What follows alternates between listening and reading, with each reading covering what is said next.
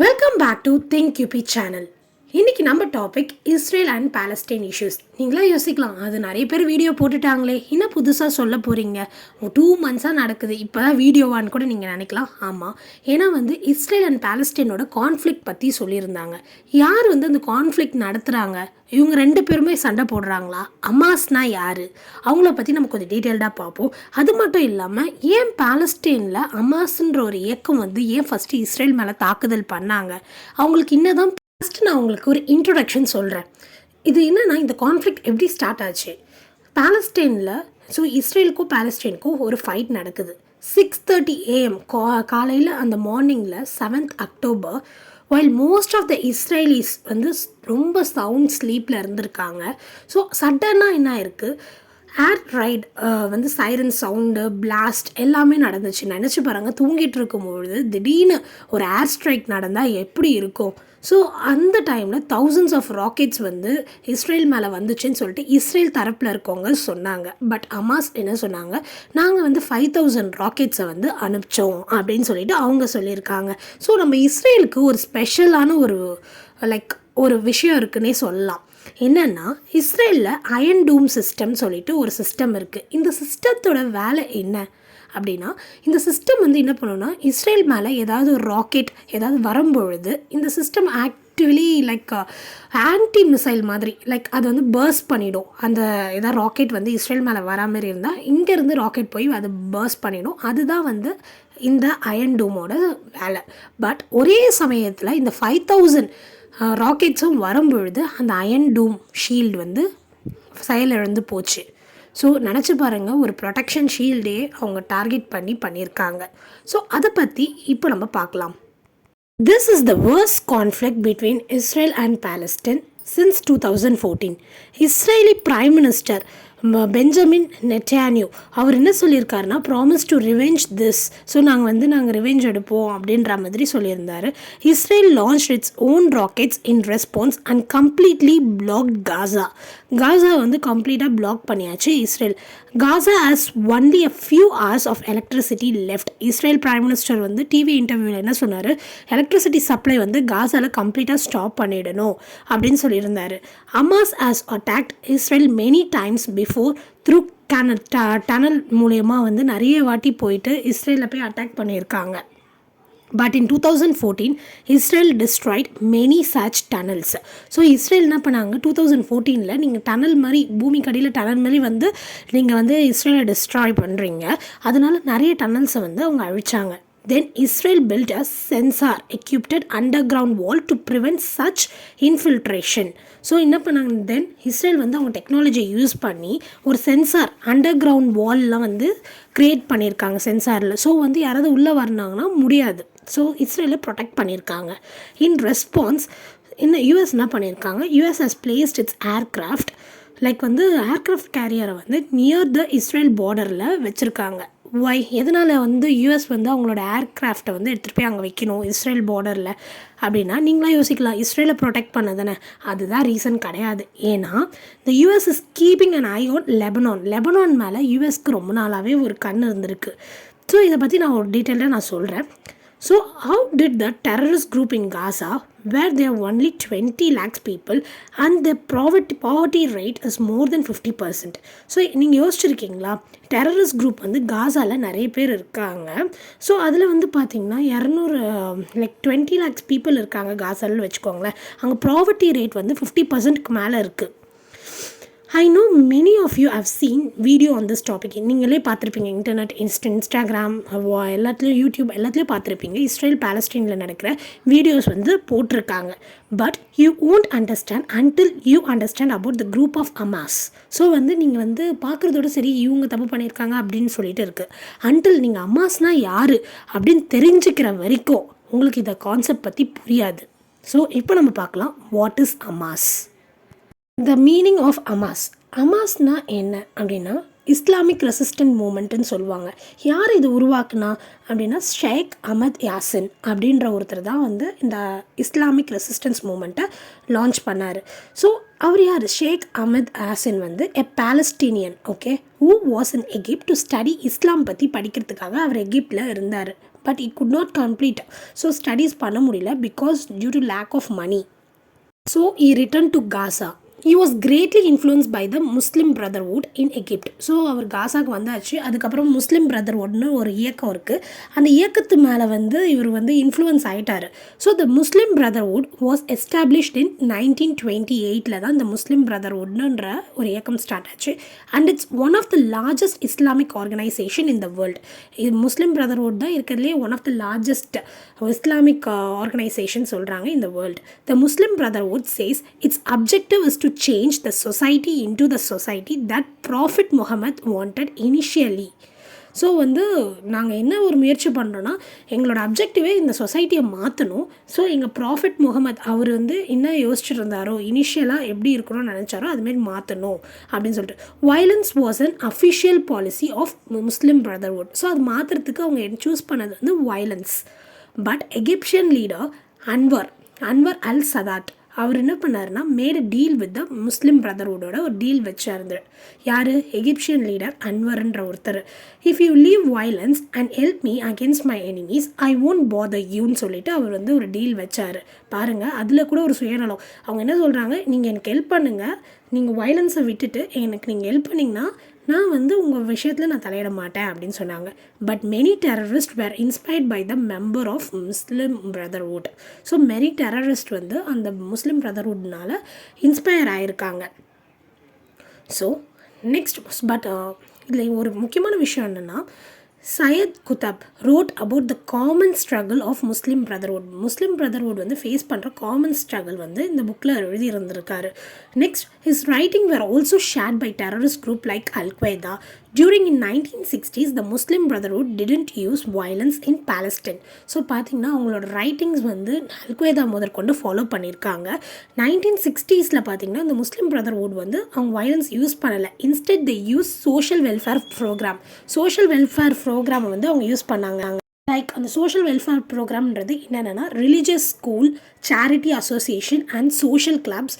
When Sheikh Hasina returned to Gaza, he became an activist in Palestinian Muslim Brotherhoodல Sheikh Hassan activist ஆகிட்டார். This was when Palestine was already divided into Gaza and West பேங்கா. அவர் activist ஆகிறதுக்குள்ளே Gaza and West பேங்கா divide ஆகிடுச்சு. The Muslim Brotherhood started spreading its message in Palestine and they did so through mosque. எப்படி அவங்க spread பண்ணாங்கன்னா mosque மூலயமா. Many Palestines were not happy with Palestine Liberation Organization. So பாலஸ்டீன்ஸ்க்கு they are not happy with the government. Like Palestine Liberation ஆர்கனைசேஷன்லாம் அவங்களுக்கு பிடிக்கல. Which was the main political force in பாலஸ்டீனில். அதுதான் ஒரு கட்சினே சொல்லலாம். The PLO had many political parties, but main political party was Fatah, led by Yasser. So many Palestinian were not happy with the both PLO and Fatah. ரெண்டுத்துக்கு மேலேயும் Palestines பீப்புளுக்கு happy இல்லை. ஏன் அப்படின்னா because they gave Israel 2 things இந்த நெகோசியேஷனில் 2 விஷயத்தை கொடுத்தாங்க. த ஃபர்ஸ்ட் திங் பார்த்தீங்கன்னா was that the PLO organised Israel. So PLO recognised இஸ்ரேலை ரெகக்னைஸ் பண்ணி this meant that the PLO would accept 2 state solution கொண்டு வராங்க. The 2 states like Israel and Palestine சொல்லிட்டு அந்த நெகோசியேஷனில் PLO யார்? அந்த PLO பாலஸ்டீன் லிபரேஷன் ஆர்கனைசேஷன் கொண்டு வந்திருக்காங்க இந்த 2 state solution. So second thing என்னென்னா was that the PLO said that they would leave the armed struggle and settle with Israel through negotiation. So நாங்கள் எங்களோட ஆர்ம்ட் வயலன்ஸ் எல்லாத்தையும் விட்டுட்டு இந்த நெகோசியேஷனில் நாங்கள் செட்டில் வித் இஸ்ரேலோட நாங்கள் சேர்ந்துடுறோம் அப்படின்ற மாதிரி தான் சொல்லியிருந்தாங்க. மெனி எக்ஸ்ட்ரீமிஸ்ட் லைக் பாலஸ்டைன் என்ன பண்ணாங்கன்னா did not agree with these 2 things. இந்த 2 திங்ஸையும் எக்ஸ்ட்ரீமிஸ்ட் அக்ரி பண்ணலை. This was also the time when many Palestinians were shining when they saw Iran's Islamic Revolution. பாருங்கள், இதுதான் ஃபஸ்ட்டு திங். மெனி பாலஸ்டைன் எக்ஸ்ட்ரீமிஸ்டாக இருக்கிறவங்க அவங்க கண்ணு ஷைன் ஆச்சு. லைக் ஈரானும் இஸ்லாமிக் ரெவல்யூஷனை பார்க்கும்பொழுது, ஈரான்ஸோட இஸ்லாமிக் ரெவல்யூஷன் பார்க்கும்பொழுது they were like happy. Where a monarchy was removed and an Islamic republic was established. அங்கே என்ன நடந்துச்சுன்னா ஈரானில் மொனார்க்கியை ரிமூவ் பண்ணிவிட்டு இஸ்லாமிக் ரிப்பப்ளிக்கை லான்ச் பண்ணாங்க. Sheikh Hasina used this political frustration so Sheikh Hasin use பண்ணுறாரு. In December 1987 there was a motor accident in Gaza involving an Israeli truck and several small cars carrying Palestinian workers. So இதுமாதிரி create பண்ணி like accident create பண்ணுறாங்க. The Palestinian workers were killed in the accident and riots broke out. This resulted in Intifada. In Arabic, Intifada means uprising. Many unplanned Palestinian demonstrations started in this Intifada. Some were non-violent like civil disobedience movement. Many சிலது வந்து இந்த uprisingல இருந்துச்சு. Where the Palestinians who were working in Israel refused to work, many demonstrations were violent. There was a gunla use பண்ணாங்க.